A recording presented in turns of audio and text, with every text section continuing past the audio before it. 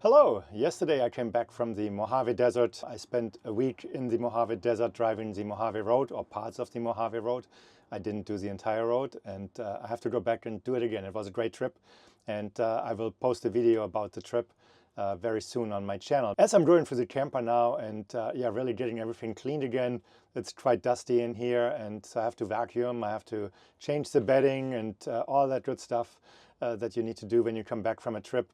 I thought it's a good time to really talk about how much did this camper really cost. Because you can check the base price on the Supertramp website, and I think right now it's about $59,000 or $60,000. And well, I spent much more on my camper, and you may wonder why is my camper so expensive. And at the very end of the video, I will reveal the entire price that I paid with all the add-ons and extra work, because that's what I'm looking at for this video. So let's get started. So the base price for this camper when I bought it was $54,000. And the prices were going up very frequently. I would say every 3 to 6 months, Supertramp updated their pricing and moved the price upwards. And yeah, I wanted to lock in the price. There was a 12-month lead time, and that's how it started for me. So let's have a look at the list with all the different items. And then at the very end, like I said, I will reveal the entire price for this Supertramp Truck camper. All right, now we're looking at the Arctic turn window on the driver's side of the camper, and this window came in at $1,500 installed. Now we're looking at the Arctic turn window in the door, and this window cost $750. So here we're looking at the rear molly panel, and to install the rear molly panel you need L-track. So this one was $200 for the L-track and $350 for the molly panel. Same story for the passenger side of the camper. So you need L-track to mount the molly panel, which went for $300, and then the molly panel itself went for $550. Then I opted to have the air conditioning installed, and Supertramp sells the air conditioning in 2 different packages. One is for usage with shore power only. The second option, the so-called phase 2 package, that's the one that has 400 amp hours of battery power and can run the air conditioning independently from shore power. So here you see the inside of the air conditioning. This is the Dometic RTX 2000, and together with the batteries it was a total price of $10,000. So the air conditioning itself with installation and wiring and was $5,100, and the batteries a total of $4,900. I also opted to get the inverter installed. That's a 1500 watt Go Power inverter, and this inverter cost $1,200 to be installed. So then the inside shower package, which includes a gray water tank and then a shower curtain and locations to hang up the shower curtain, that package itself was $1,000. So the regular Truma Combi is the heater and water heater system in here. I opted to get the Truma Combi Eco Plus upgrade, and that means I can run the heat and I think water too, I'm not 100% sure, also on electric power. So the regular Truma Combi Eco is on propane, and so the Eco Plus version runs on propane and electrical power. That was a $750 upgrade. I also wanted the Lagoon table, and that table with the mount for a total of $750. It's a bamboo tabletop, and then the regular silver Lagoon table leg, and the mounting bracket and so on. When I bought the camper, I wanted to future-proof it as much as possible, and what you see here up on the ceiling are 2 L-track tracks or rails probably. I don't know, I think rails is probably the better term. I have carabiners hanging up there.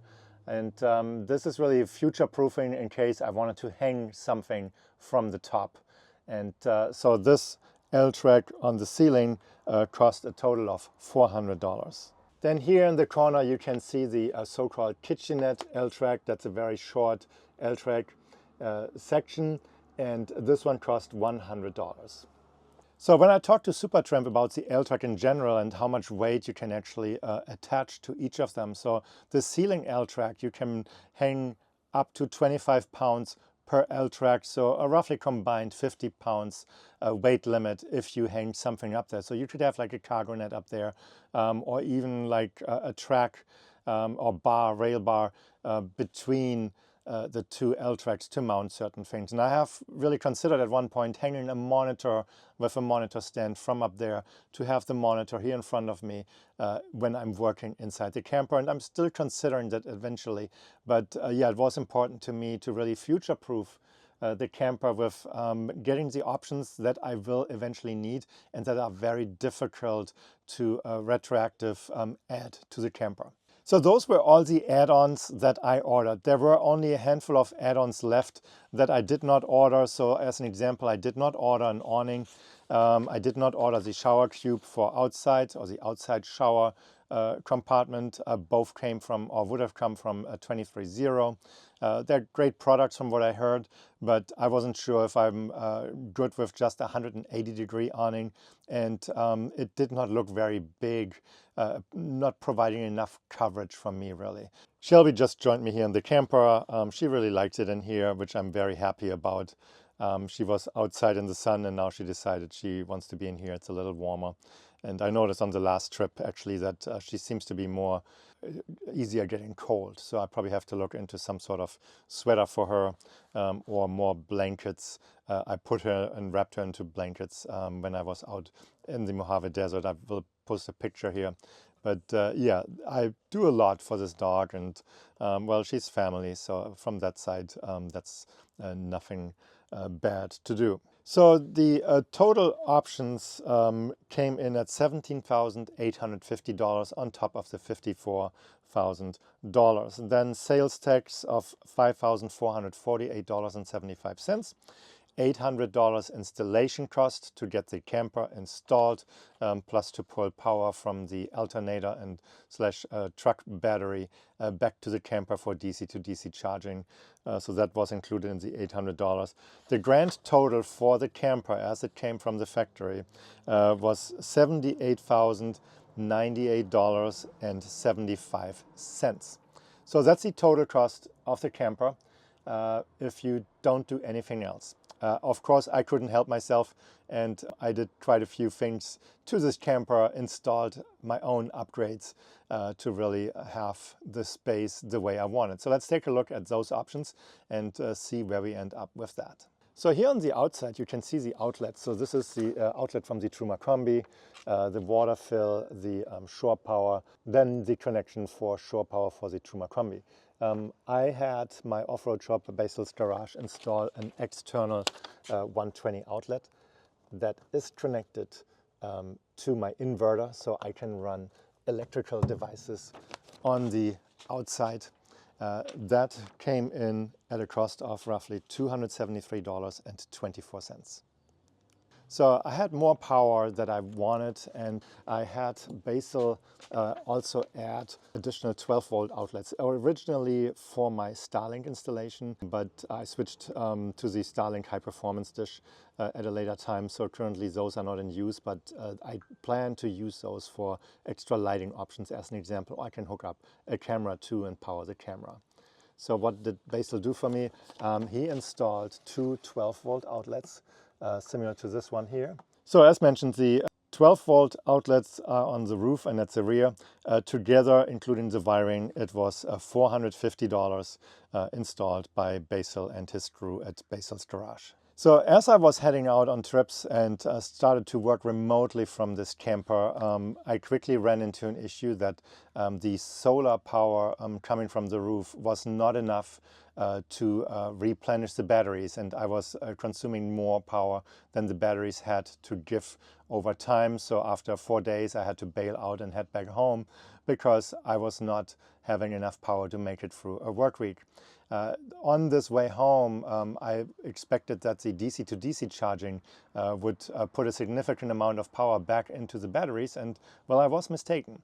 So both the solar MPPT controller and the DC to DC charger were undersized for the 4 batteries and the solar that is up there.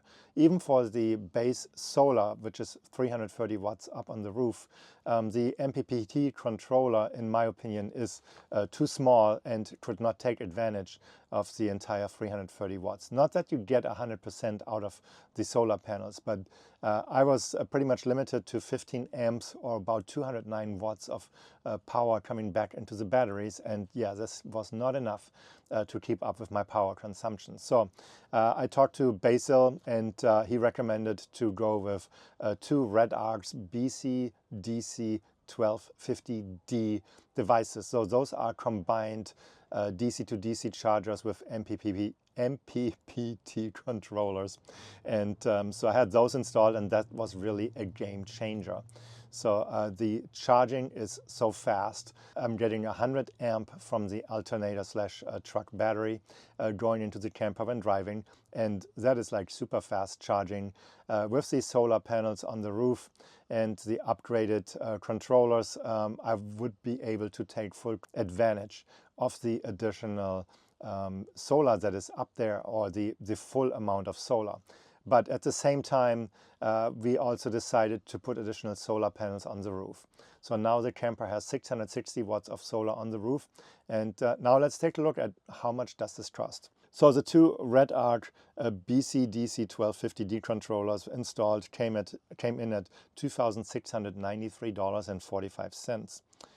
Then the cabling needed to be upgraded from the truck to the camper. That was a total of $900 that needed to be added to the mix. Then I bought 3 110 watt solar panels that mix nicely with the existing solar panels on the top. The existing solar panels came from Go Power. Those panels were pretty expensive, so I started looking around, and after a few hours of research, I found one brand of solar panel exactly 110 watts as the other ones, and almost the same open current and amperage coming from those solar panels, so they mix nicely, and I don't have any degradation between mixing solar panels from different manufacturers. So those solar panels total came in at $639.09. Then, knowing that at one point I'm pretty sure the water tank is not able to be 100% clean. I mean, you sometimes get water from sources that are not necessarily dirty, but you cannot always guarantee that the water is still drinkable. So I installed an Acura Aeromax water filtration system. I connected that into the cold water line here. So the Acura water filtration system came in at $519.07. Then I upgraded to a larger lagoon table, a foldable one that gives me a little bit more workspace compared to the one that came from the Supertramp. The one from the Supertramp was nice, but just a tiny little bit too small when you want to work with a full-size keyboard and just need a little bit more space. I chose a foldable one so that I can fold it and put it into the storage here under the couch that I'm sitting on. So that lagoon table came in at $281.56. Then I mentioned before that Starlink, I use that for my internet connection when traveling. Originally I had the normal residential Starlink. I had it converted to 12 volt. And then I was out there in the desert working, and I was not impressed, and it actually let me down. So I decided to move to the Starlink high performance in motion dish. And the main difference between those dishes, besides the price of course, is that the high performance dish connects to several satellites at the same time. And I'm so glad I made that change. So I no longer have to worry about having a good internet connection. Previously, with the regular dish, I had the feeling Starlink is throttling me, or that it's just not as efficient in my case. And I don't want to say it had to do with converting it to 12 volt into a flat dish. Other people are using it too, and it works fine. And if I would be just watching Netflix at night or YouTube, I wouldn't have any worries about it. But when you work, you do Zoom calls, and you work in the cloud with your computer, you need a solid and reliable internet connection, and I felt that the high-performance dish is the better option. The high-performance dish is not cheap. If you go to the store and buy it, including sales tax, here you would get away with $2,693.74. I installed the dish myself, and so at least there I didn't have to pay for any installation cost. Then when the Supertramp camper comes from the factory, it has like a porta potty portable toilet, and I do not want to deal with liquid waste traveling around, especially when I go up to altitude with pressure changes and so on, plus having to empty the tanks. It's very cumbersome, and again, I don't want to have to deal with it. It's also a limiting factor at one point that you have to go and find a place to dump it. So I switched to a Trellino composting toilet. It's not really a full composting toilet, but they use decomposable bags, and so that at least is an easier way to do business.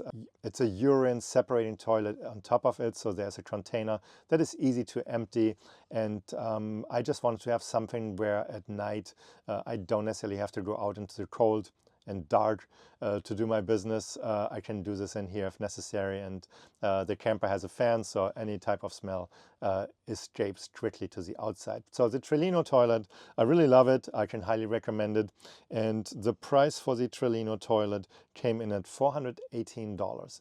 It's super lightweight and it fits nicely into the shower compartment, and I think it was a great choice to switch to that toilet.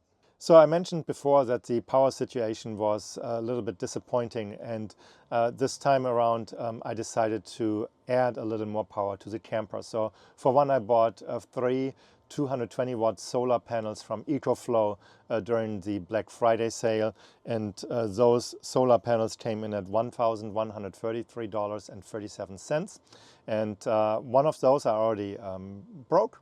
It shattered. I must have when I transported it, I probably had the plug sitting on top of the solar panel, not next to it inside the bag. And when I put the other solar panels on top of it, it cracked the glass on the solar panel. So I'm down one already. I will test it out if it still works, but we'll see. So, but those solar panels really make a big difference, especially now in winter time. So I tested this out extensively this week, first with 2 solar panels, and with the low sun. I mean, I have those angled fully facing the sun when the sun comes up in the morning. I parked the truck appropriately, and pretty much at 7:30 a.m. they start producing power, and within like 15, 20, 30 minutes roughly, I'm more than breaking even with solar production. So meaning I have Starlink running, I have my monitor running in here, and the solar power at that time is already outpacing the consumption, which I'm really happy about. So by noon on some days, my batteries were already full, and I didn't have any problems and no more concerns running out of battery juice going through a work week. The Starlink high performance dish is very power hungry. So if you have this on a camper or a camping trailer and you want to run it from your batteries, just be aware that thing requires a lot of power and you need enough solar to replenish your batteries. So also I added an EcoFlow Delta 2 Max battery, power bank, whatever you want to call it, solar generator. And the reason is it comes with 2 kilowatt hours of battery power, and it has an inverter built in that is bigger than the inverter that comes with the camper. So now I could plug in devices with up to 2,400 watts power demand, and the EcoFlow can run those devices. So this thing pretty much serves a dual purpose, and again, it provides me with the I want to say safety that I will not run out of power. So the Delta 2 Max came in at a cost of $1,514.42. Not cheap, but I think this thing is good for about 10 years.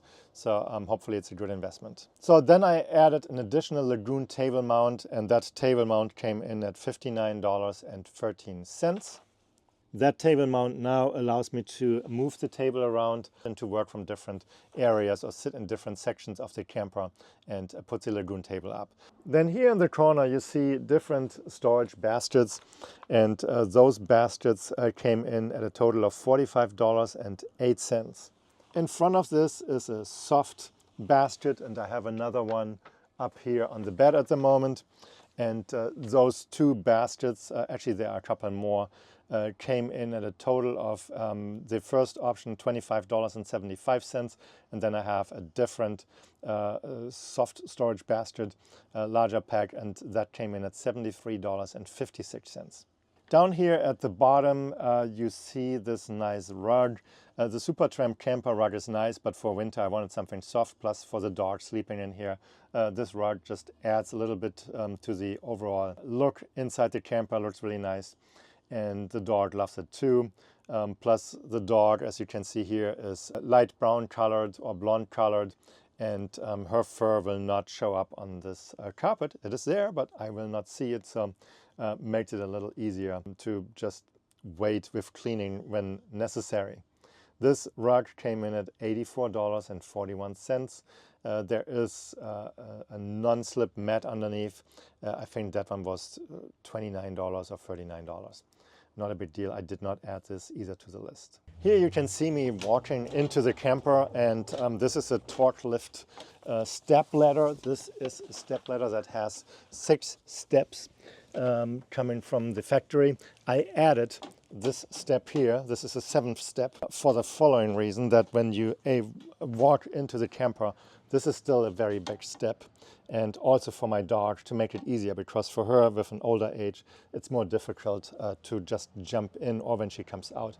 This additional step made a big difference to get into the camper, and I used leftover material that I had, which is like a fake teak material coming from the marine world, from boats. So this stuff holds onto a lot of dirt, so that I'm not bringing that dirt into the camper.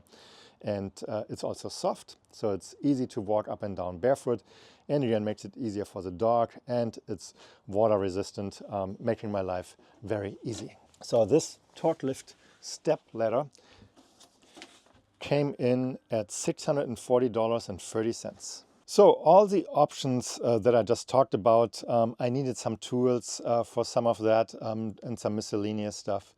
I just put in about $500 for tools. Like, I didn't have any tool to cut PEX pipe, and that was something I needed to buy, and a couple of other things. So about $500 total, give or take a little bit, who cares in the end. So now let's look at the total for all the add-ons that I did or had installed here after I picked up the camper. So the cost of all the items I mentioned is $13,020.99. So now the big reveal, how expensive was the entire camper? And well, the number is quite shocking. I did not expect this when I started my journey in summer of 2022, when I ordered this Supertramp camper. So the total cost is $91,119.74. So $91,119.74. That's a big chunk of money. It's a premium camper. I really have to say the quality is as expected. It's very high. Everything that they put in here, except for the electrical Victron components, I would say are great. The Victron equipment is still good equipment, but it's not sized appropriately, and that's one thing I gave feedback to Supertramp as well. So that's where I ended up at this $91,000 price tag, and yeah, like I said, I did not expect this when I started this journey. So I'm sure this cost is quite shocking when you really look at a truck camper, and I know you can spend $70,000 or $60,000 on a nice Cirrus or Lance. This is different. My use case is off-roading, and I needed something that is specifically built for off-roading. If I buy a Cirrus truck camper as an example, and would take it to the places where I've taken this camper, I think it would be falling apart. There's just no way that a regular truck camper can survive that type of beating, especially when you look at the longer term. So yesterday, when I was driving through the Mojave Desert, there was a lot of washboarding, and yeah, it's not easy on anything that sits on the truck. And even with the good Kali suspension that I have, it's like, yeah, the camper still gets a lot of bumps and pushes, and that's where I'm really, knock on wood, hope that the Supertramp will last a very long time.